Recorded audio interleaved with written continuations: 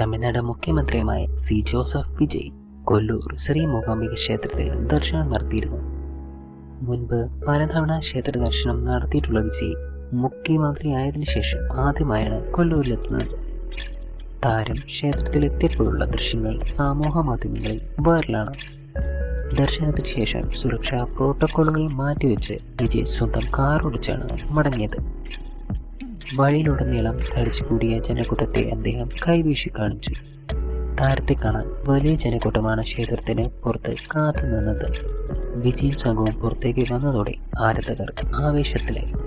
ആരാധകരെ കണ്ട് പുഞ്ചിരിയോടെ കൈകൂപ്പി അഭിവാദ്യം പറയുന്ന വിജയെ ദൃശ്യങ്ങളിൽ കാണാം.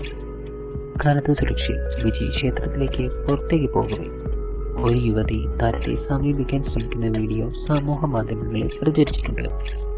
യുവതി കാറിനടുത്തെത്താൻ ശ്രമിക്കുകയും സുരക്ഷാ ജീവനക്കാർ തടയുമ്പോൾ പ്ലീസ് എന്ന് പറഞ്ഞ് കരയുന്നതും ദൃശ്യത്തിൽ കാണാം. തടസ്സങ്ങൾ വകവയ്ക്കാതെ അവർ വിജയുടെ കാറിന് പിന്നാലെ ഓടുകയും ചെയ്തു.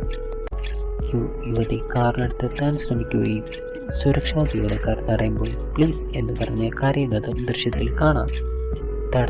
എന്നാൽ ഡ്രൈവിംഗ് സീറ്റിലായിരുന്ന വിജയുടെ ശ്രദ്ധയിൽ മറുവശത്തുണ്ടായിരുന്ന പെൺകുട്ടി പെട്ടില്ല.